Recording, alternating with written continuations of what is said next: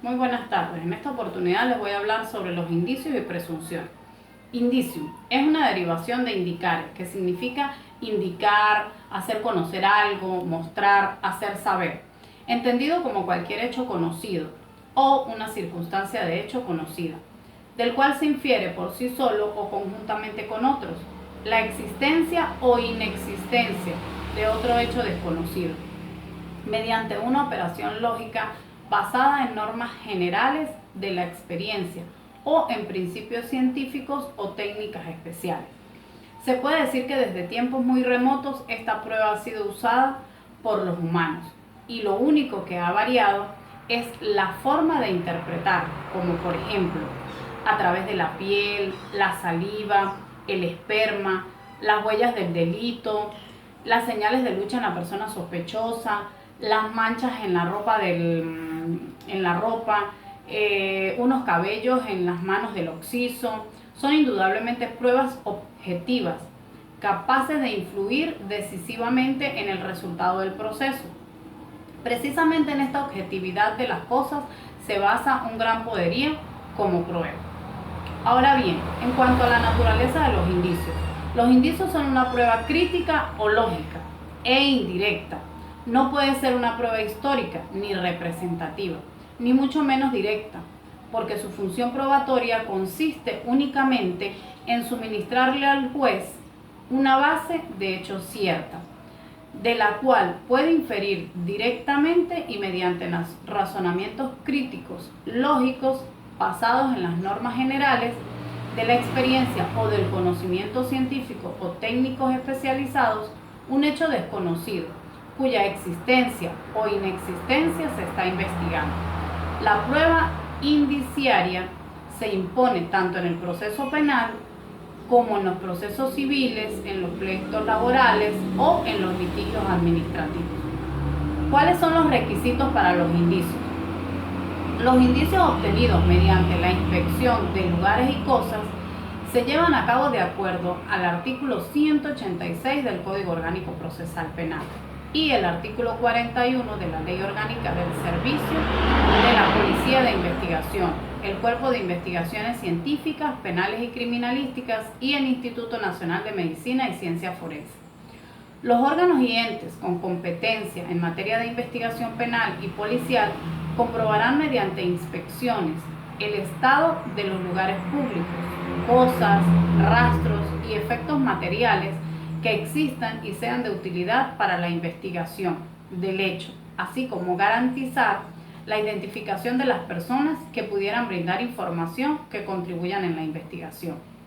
Los funcionarios que participan en la inspección deben elaborar un informe contentivo de lo actuado, donde describirán los elementos tomando en cuenta los efectos de la investigación. El referido informe será emitido al Ministerio Público. Luego de transcurrida la etapa de investigación, que comprende las 12 horas siguientes al inicio de la investigación, bien sea por denuncia o por oficio, por parte de la autoridad policial, el órgano de policía deberá poner al conocimiento de las mismas al Ministerio Público, quien, por imperio constitucional legal, es el director de la investigación. Y luego de este lapso de tiempo, asumirá el debido control, emitiendo el acto administrativo que comporta la orden del inicio de la investigación. Existen los indicios obtenidos mediante inspecciones de personas, los cuales están contemplados en el artículo 191 del Código Orgánico Procesal Penal. También están los indicios obtenidos mediante la inspección de vehículos, establecidos en el artículo 193 del Código Orgánico Procesal Penal. La valoración. La valoración de los indicios la realiza libremente el juez para saber si son necesarios o contingentes, graves, precisos y concordantes. Y en fin, cuál será el mérito que deberá reconocérseles por su convicción respecto a la existencia o no, y características de los hechos alegados y controvertidos en el proceso. Obviamente, previo examen de todos los requisitos de admisibilidad necesarios para su existencia, validez y eficacia personal. Tiende a que el camino hacia la reconstrucción de la verdad histórica, es decir, de los hechos, se recorra de la manera más acertada posible y del modo menos subjetivo posible, utilizando para ello todos los recursos que las ciencias y las técnicas ofrecen. Asimismo, el método técnico científico, en lo relativo a la apreciación de los medios de prueba, persigue eliminar en la mayor medida posible el empirismo y la subjetividad personalísima del juez, efecto para el cual deberá a la vez analizar con perspectiva técnico-científica las condiciones del sujeto que percibe, por ejemplo, el testigo y el perito, el objeto percibido, por ejemplo, las evidencias y los elementos materiales probatorios, y de la manera como se transmite lo percibido, por ejemplo, las declaraciones y las experticias. Vamos a hablar sobre la clasificación de los indicios. El indicio necesario es aquel hecho que de manera infalible e inequívoca demuestra la existencia del hecho investigado. El indicio contingente es aquel que demostrado puede tener varias causas. Se puede clasificar en graves, leves o levísimos. A un efecto determinado le puede corresponder varias causas. Ejemplo, el que sale corriendo del lugar del crimen no necesariamente es el responsable, puede correr por susto. Para que tenga eficacia probatoria, debe ser plural varios indicios contingentes que apunten a un mismo hecho. El indicio personal o subjetivo, según se refieran a condiciones y modos de ser de una persona, como la capacidad intelectual, física y moral para el acto delictivo o el hecho de significación civil. El indicio anterior concomitante posterior, según la proximidad de la conexión entre los dos hechos, el hecho desconocido que se trata de verificar. Ejemplo, de anteriores, comprar el veneno. Comitante, en el mismo instante de los hechos. Otra clasificación de los indicios sería el indicio real o material, según se refieran a cosas, huellas, rastros y similares. También tenemos los indicios positivos o negativos, según que concurran a indicar la existencia o la inexistencia del hecho investigado o de la responsabilidad del sindicado. Ojo, mediato e inmediato.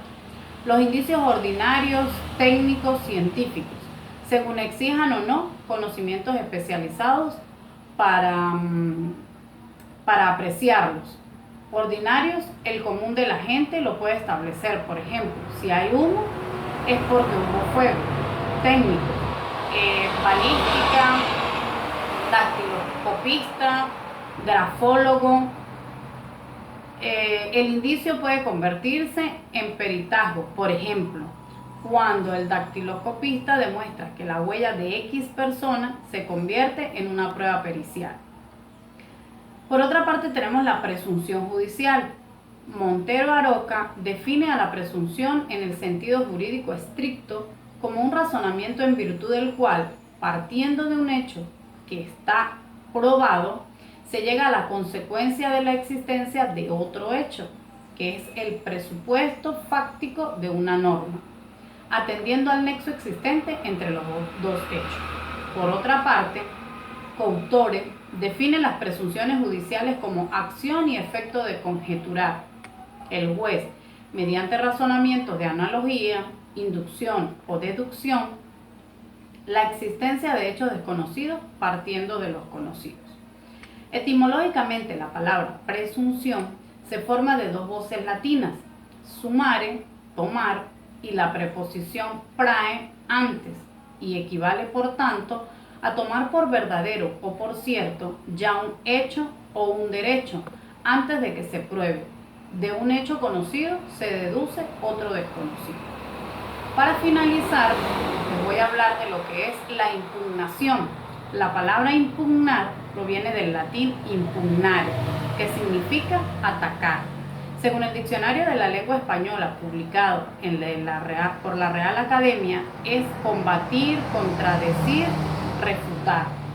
El término en el área del derecho es solicitar la nulidad, sustitución o modificación de un determinado acto de procedimiento que se afirma injusto o ilegal, siendo ello la causa del agravio en el proceso, interponer un recurso contra una decisión judicial. Puede en consecuencia afirmarse que impugnar una sentencia, acto, documento o situación es oponerse con razones a lo resuelto en ella. En general, interponer un recurso previsto en el ordenamiento jurídico, atacar la respectiva providencia, ponerle a consideración del superior si la sentencia es condenatoria, el condenado la impugnará en materia penal para ser absuelto o al menos para disminuir la pena. Y lo propio ocurre en materia civil, en el campo administrativo, en el terreno laboral, entre otros.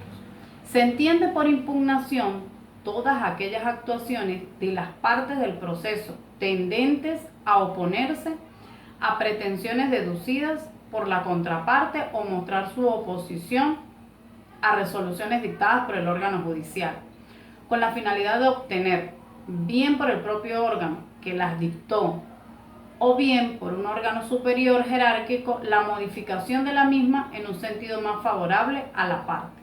Muchas gracias por su atención.